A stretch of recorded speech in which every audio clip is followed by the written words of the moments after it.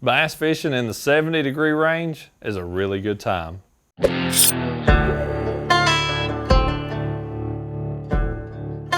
70-degree range, from everything I've ever learned or seen or studied, is where bass are truly at their most comfortable level, especially on the low end. I'm gonna say, 70 to 72 degrees.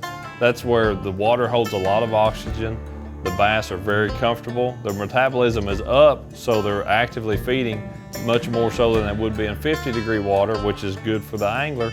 But they're also not so, their metabolism so high that they almost become sluggish like they do in really warm water temperatures. So you've got a lot of things that go on in that 70-degree range as well. That's the time when a lake that has shad, threadfin, or gizzard, those bait fish are actually spawning in the spring of the year during that 68, 70, 75-degree range. So early in the mornings, you've got that shad spawn bite going on. You've got bass that have just finished spawning if it's in that springtime as well, possibly a few still up there spawning. And that is the spring 70-degree range is probably the best topwater fishing of the year. So that's a really, really great time of year to be fishing. You can use a big bait and get bites.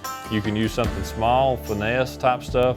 You can catch them dead stick and stuff. That's really just kind of the time of year, water temperature wise, that almost anything works. It's a great time to be a bass fisherman. Now on the opposite end of that spectrum, that water's gonna fall back into that 70-degree range, in the fall once the water starts cooling off. The high end of it then, a lot of times can be kind of tough. That 76, 78-degree range. But you start getting down below 75 once our lakes and rivers start cooling off to that point.